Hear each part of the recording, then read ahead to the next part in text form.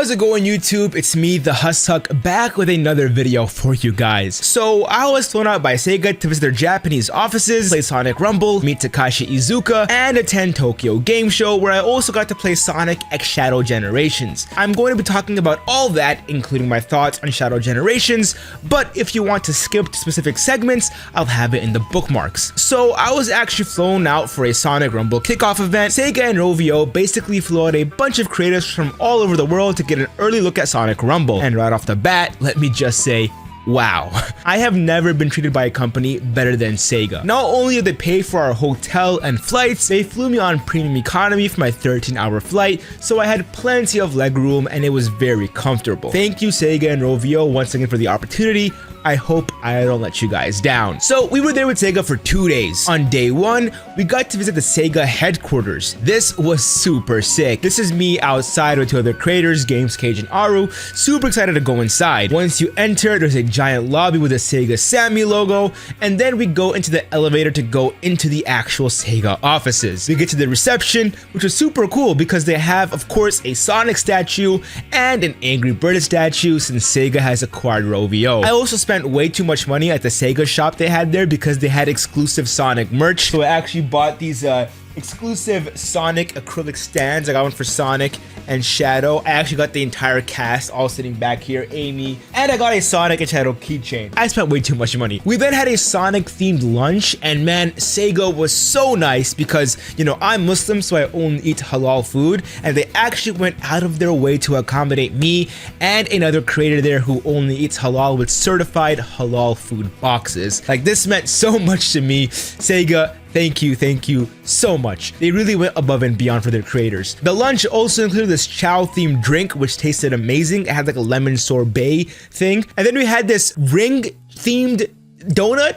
Tasted amazing. It was fire. Finally, it was time to actually play Sonic Rumble. So we walked into this meeting room and I immediately freaked out because right in front of me was sitting the developers of the Sonic Rumble and Takashi Izuka himself. That's right, Izuka-san. I was genuinely tweaking because this dude has literally made all my favorite Sonic games. Sonic Adventure 2, Sonic Heroes, Sonic Generations. We weren't actually allowed to record much in this room because the meeting was confidential. But what I can say is that they basically showed us a presentation of Sonic Rumble. This is a 32-player battle royale game, very similar to Fall Guys. Think of Fall Guys, but Sonic. I know people already know this, but for those who don't, you can look up gameplay online. There was a beta earlier this year. And in this presentation, they basically went over things like why they made the game, design choices, and how they plan to support this game. And man, do they plan to really push this game to the masses. They had creators not only from North America, but Brazil and Spain. They really want Rumble to be this massive multiplayer mobile game, which I think it will because we actually got to play Rumble at this same meeting and I gotta admit, it was actually a lot of fun. Especially if you're a Sonic fan, there are Sonic mechanics in this game like homing attacks, collecting rings, which adds a nice Sonic twist to this game, and the environments look beautiful. Before we started actually playing the games, one of the developers of the game walked over to this table with a bunch of exclusive Japanese Sonic merch and said, whoever wins a game of Sonic Rumble gets to pick out any prize from here. And we weren't actually allowed to record our games, which sucks because of the build of the game wasn't ready to be showcased, but I do have some Rumble footage from Tokyo Game Show, which I'm showing over here, which is actually put on a PC, not on mobile. Game 1 happens, and my phone is just absolutely lagging because the game is some old Android. My game was lagging, and like the phone was like heating up. Fidel Games Cage actually ended up winning that game. And then game 2, once again, my phone was like heating up, lagging, and I lost again. But this time, my friend Luke, aka Baby Yoda, who's a Stubble Guys creator, he won that game. Then finally, one of the devs saw that I was struggling with this old phone, so he actually handed me an iPhone instead. And game 3, I knew I had to freaking lock in because if I didn't win a game of Sonic Rumble, I would have been contemplating it my whole life. So I locked the frick in. I wish I had footage because the ending of this game was like a nail-biting ending. We were playing this ring race game mode where you had to take rings from your opponents and whoever had the most rings at the end would win. With literally 1 second left on the clock, I homing attacked the first place person and I grabbed their rings and I ended up winning a game of Rumble, and I walked away with this exclusive Japanese Sonic pillow. Super nice, super cool. So my thoughts on Rumble before we move on. I think the game is actually super fun. It's like Fall Guys but with Sonic and a homing attack. The level design is great. The game does feel a bit slow, but they said that this is intentional because the game is supposed to have a toys-like feel to it, which it definitely does. Also, the game plays so much nicer on PC. I got to play the game again at Tokyo Game Show on a PC this time, and that buttery smoothness of it and with a controller felt so much better than playing it on a phone. I do think if Sega locks in, they have a banger on their hands because they told us they're already working on collaborations with other IPs for Sonic Rumble. They'll also be continuously supporting Rumble with new stages, game modes, and they even had a custom game mode where you could create your own stage sets and invite people using a game code, which I think will be super cool for streamers to play with your community. I know I'll definitely be hosting a few Rumble matches on my stream, and like if you're good at Sonic games and Fall Guys, every game kind of comes to a nail-biting finish. The games last roughly about 5 to 6 minutes each, and if you're skilled at these types of games, the game does reward you. Knowing how to play Sonic games definitely helps with knowing how to utilize the homing attack, especially being Sega's first time taking Sonic to like online multiplayer, like to this big of a size. I think this game will be huge. So after we finished playing Rumble, I got to actually meet Takashi Izuka. He was a super nice guy.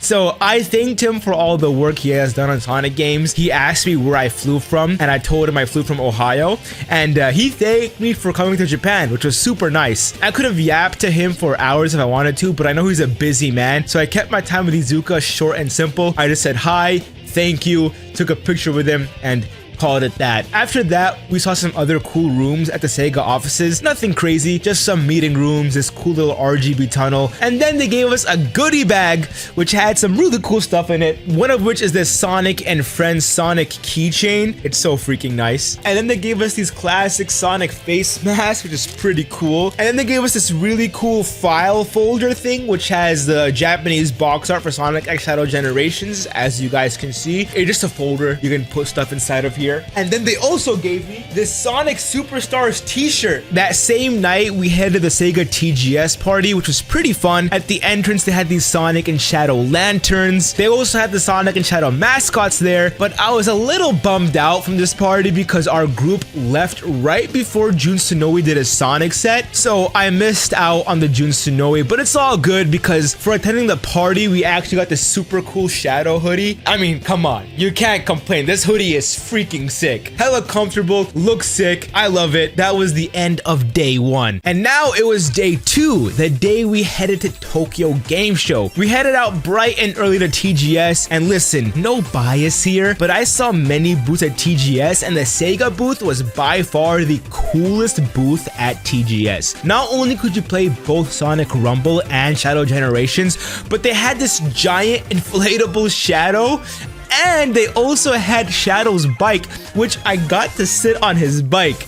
So the first thing I did at TGS was actually play Sonic Rumble on the PC, this time with a controller, and the game felt so much better, as I mentioned earlier. I also came in second place against Jack Botnick, who is a dude in the Robotnik costume. Super cool guy. Since I came in second place, they gave me this cool little Sonic Rumble themed neck fan. As you guys can see, it has a Sonic logo on there and a Rumble logo on there. It has 3 fan modes, and it has RGB lights. So yeah, this keeps you cool. It was hot at Tokyo Game Show, bro. It was hot in Tokyo, so this thing actually came in clutch. I also got this Sonic Rumble hand fan. In the front is the Sonic Rumble art. On the back has all the characters from Sonic Rumble. I also got this water bottle, which I will probably never open. It is a Sega Sammy water bottle with Sonic Rumble keychain on there. I'm never opening this. This is going on my collection somewhere. And then after I finished playing Sonic Rumble, I'm walking out, and one of the Sega reps, her name is Sydney, she's standing there holding out this Red Bull box for me. And I'm freaking out because it's a Sonic X Shadow Generation box with Red Bull on the side, and it has this super cool Japanese Sonic X Shadow Generations Red Bull art in there. And when you open up the box, there are 2 Japanese Red Bulls inside, one sugar and one sugar free. So you actually got this for showing them if you pre-ordered the game. I already pre-ordered the game, but since Sydney's super cool, she just went and got one for me, and basically all the other creators. This box is super cool. It's definitely gonna go somewhere on my setup. I don't know where yet. I'll figure all this out. I have so much Sonic stuff to take care of right now. Then finally, I went and played Sonic X Shadow Generations. There was a huge line at the Sega booth to play the game, but luckily for me, I walked around and found the Samsung booth, and they actually had Sonic X Shadow Generations there, and literally no one was there. No one was playing the game, so I basically had the entire time to play the game at TGS without any interruptions. I could have played so many more games at TGS, but I chose my time to play Shadow Generations and perfect my Kingdom Valley run so that I would be able to share great gameplay as well as give you my thoughts on the game leading up to its release in like 20 days. Before I get into how the game plays, make sure you please like and subscribe because I have so much more Sonic content coming. So at TGS, they had Sonic X Shadow Generations, and there were 2 playable stages and 2 bosses on the Shadow side at Kingdom Valley, Space Colony Arc, Bio Lizard for the bosses, and Metal Overlord. You can check out my Kingdom Valley and Space Colony Arc runs on my channel, but here's my Metal Overlord because I didn't get to showcase it. Also, I didn't play well here, but enjoy the gameplay anyways. A lot of people have been asking me, how does the game feel? Here's what I will say from my experience. This game feels amazing. First of all, there are so many alternate paths that you can take in every level, which really increases the amount of replayability that each stage has. This has kind of been missing from Sonic games, especially in games like Sonic Forces, so this is a huge step up. And there are even more paths you can explore if you're able to take advantage of the Doom abilities, which I didn't really get a chance to do. On top of that, like a good Sonic game, this game rewards you for actually finding the shortcuts and optimal paths because it shortens your time to the goal ring. Also, at least in the stages in the demo, there was no 2D sections. Huge bonus. I'm pretty sure there are some 2D in the full game. We'll have to just wait and see. The levels were actually long too because in my Kingdom Valley run, even after optimizing it and finding all the cuts that I could find, I finished the stage in 4 minutes. When was the last time we had stages this long in a Sonic game? A lot of people were complaining that this game would feel like cyberspace, and to me at least, it does not feel like cyberspace. It feels most like Sonic Forces, but a polished version of Sonic Forces. Let me elaborate. In Sonic Generations, when you press A twice, you actually do an air boost, where in this game, when you press A twice, you actually do a double jump like in Sonic Forces. The boost also feels a lot more like Forces, but it feels like a polished version of Forces because the level design complements the gameplay. You don't just boost straight, you know? In Forces, all you have to do is just boost and boom, you finish the levels. In these, like, the boost gameplay feels great, but you actually have to utilize more than just boosting to complete the levels. It also really felt like I had control over the player. Shadow didn't feel super stiff. Like, he felt nice and tight, but not to the point where I couldn't control him. But I genuinely think we are inbound for one of the best Sonic games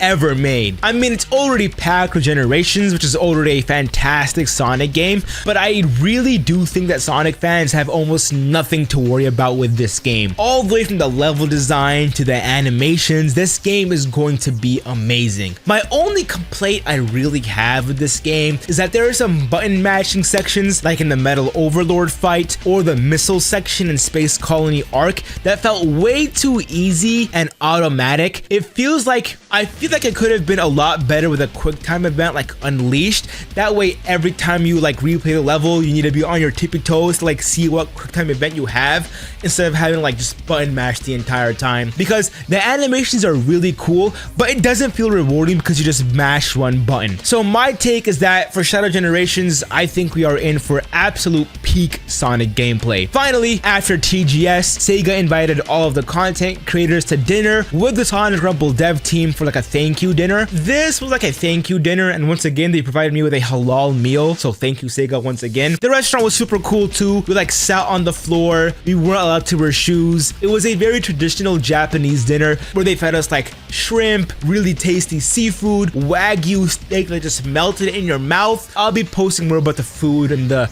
sceneries, more on my vlog and food channel. Overall, this trip was absolutely amazing. I can't thank Sega enough for this amazing opportunity sending me to Tokyo. It's literally a once-in-a-lifetime opportunity. They genuinely treated me so nice, and the kid inside of me was literally screaming the entire time I was out there. So once again, Sega, Rovio, thank you guys so much. And if you enjoy this little recap of my trip, please subscribe and like, because I have plenty of more Sonic content coming your way. See you all in the next one.